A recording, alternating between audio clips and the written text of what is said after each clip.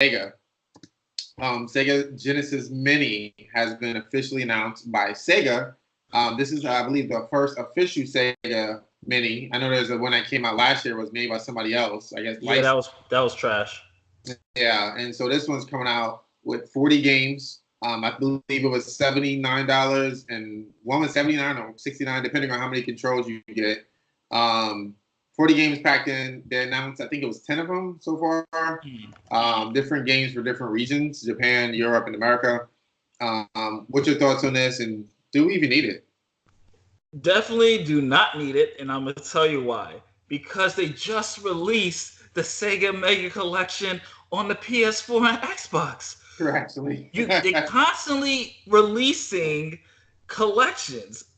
So the only difference is that you get to play the games with a Sega controller on a system that emulates just like the original Sega Genesis. The only difference is you're not going to be blowing the cartridges. It's just kind of a waste of money. It would have been smarter if they did a Dreamcast Mini, a Sega Saturn Mini, something that has not been released. Like, when's the last time they actually released a Sega Saturn game or their library? Dreamcast, same thing. We were supposed to get a whole bunch of the Dreamcast games to come to the Xbox One and PlayStation 4. They stopped that for some reason. And it doesn't make sense that they're constantly focusing on Sega Genesis when they have an entire IP of other consoles that they have done that have not had any love. Maybe it's a licensing issue, but I don't understand why they didn't decide to go Dreamcast, which I think would sell more anyway, or Sega Saturn, which is something that's basically a lost library that a lot of people haven't even experienced. Well, so I thought it would have been a smart idea to do that. I don't think it's worth buying, especially if they keep releasing the collections.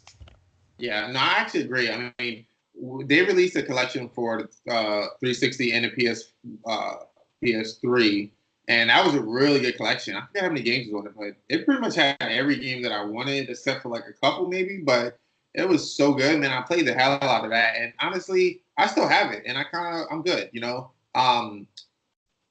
It would have to be some really cool games on this new one for me to buy it. But yeah, honestly, I probably won't. But dude, I'm totally with you. I feel like, and that's the buzzer before we go, I feel like they do need a Dreamcast. That's an easy sell, easy money. And they can pick games in there that people really haven't played a lot, like Power Stone, like Scouts of Arcadia, even though that's not my favorite game, but I know people love that. But they can pick so many games that they've been kind of neglecting, as well as the games that they show love to, like Jet Ground Radio, Shenmue, etc. But the Saturn one is harder because, like I said, I was at GDC. I took a course about how to archive your current games. And I archive my games, and I do things to preserve them. Sega seems like they did not do that to any Saturn games. So those, from my understanding, a lot of those games, the source code is so lost. But it would be really, really cool because there's some cool Saturn games that I always tell you about that would today still be fire. So